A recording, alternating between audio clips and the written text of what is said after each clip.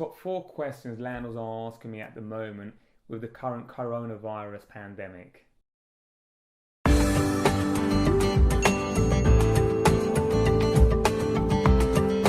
Hi, it's Danny Valencia here with My City Nest, powered by Keller Williams. And today I'm going to share with you the top questions I'm getting from landlords during the coronavirus pandemic. Many landlords lost their tenants when other countries went on to lockdown. Whether that would be students that were just wanted to go back home and be with their families, or whether it's just people who wanted to be in their hometown during these uncertain times and not knowing how long this lockdown is going to be for.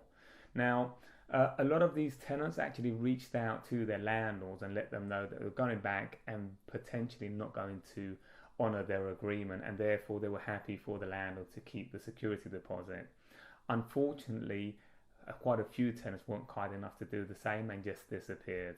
Now, depending to what countries they went to and whether it's likely they're going to come back to the UK, you really need to decide on whether it's worth pursuing it or not. I would advise get in touch with a solicitor, a lawyer, and see what your options can be. One thing to take into account is that courts are closed at the moment, and it's very likely that it's going to be months, possibly until next year, before any action can be taken place. Can I let my property during the stay-at-home measures? Now, firstly, you can't conduct any viewings as it's deemed non-essential during the current stay-at-home measures. The government has provided some guidelines as to when you can actually let a property. Now, the first one is that of course the viewings have already taken place.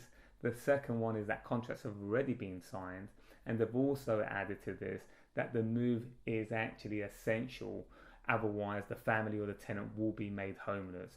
So if you fit those three criteria, then you can let your property. Otherwise, you're just going to have to put it on hold. It doesn't mean, however, you can't conduct viewings, virtual viewings. So it's a very smart ways of you conducting viewings at the moment. Currently, we are doing quite a fair amount of viewings, which are being held virtually. So if you want to find out more about that, feel free to reach out to us.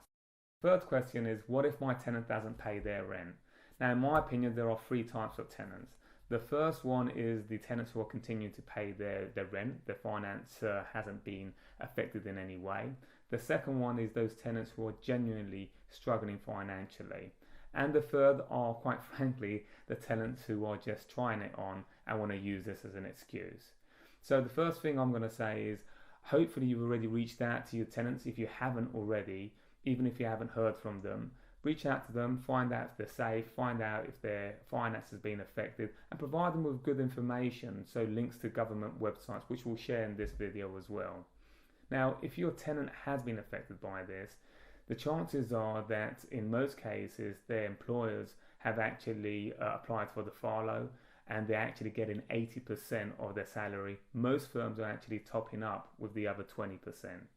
Now, if there is a tenant that can't pay part or the full rent, do your due diligence. Ask them for a sick note, ask them for proof of loss of employment, proof of loss of income. It's important to note that it's not compulsory for them to provide this. But if you've got a good relationship, you've got good communications, there's no reason why they shouldn't provide you with this information. Now, it's important that if you do agree with them that they won't pay the full rent right now for the next 60 or 90 days, that there is a solid plan in place that they do pay this rent back at some point in 4 months, 5 months, or whatever the agreement that you make with them. Have that in writing, and hopefully when they're back on track, then they can pay those arrears back to you. And lastly is, can I apply for a mortgage holiday? Now, firstly, I'm going to say that calling it a mortgage holiday is a really poor use of words, but I'm not going to dive into that at the moment. I'll call it more as a break, because you do have to pay that back at some point throughout the mortgage payments. So how does that work, and are banks actually providing these? So government and banks actually agreed to support people who were paying mortgages last month, and some banks, or most banks, are rolling this out, but it's not compulsory for them to do so. But what I've heard from most landlords is that banks are providing this support, which is great to see.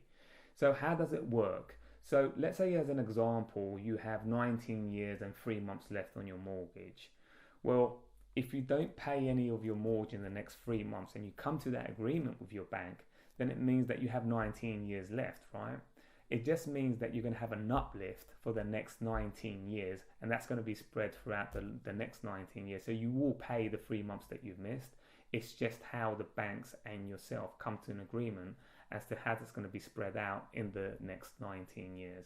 It's also important to note that you will pay interest for those 3 months that you didn't pay your mortgage. There are other options that perhaps you can look into as well, such as move to interest only, or pay what you can afford and then add the months that you defer to the end of your mortgage. So just speak to your banks and see what works for you.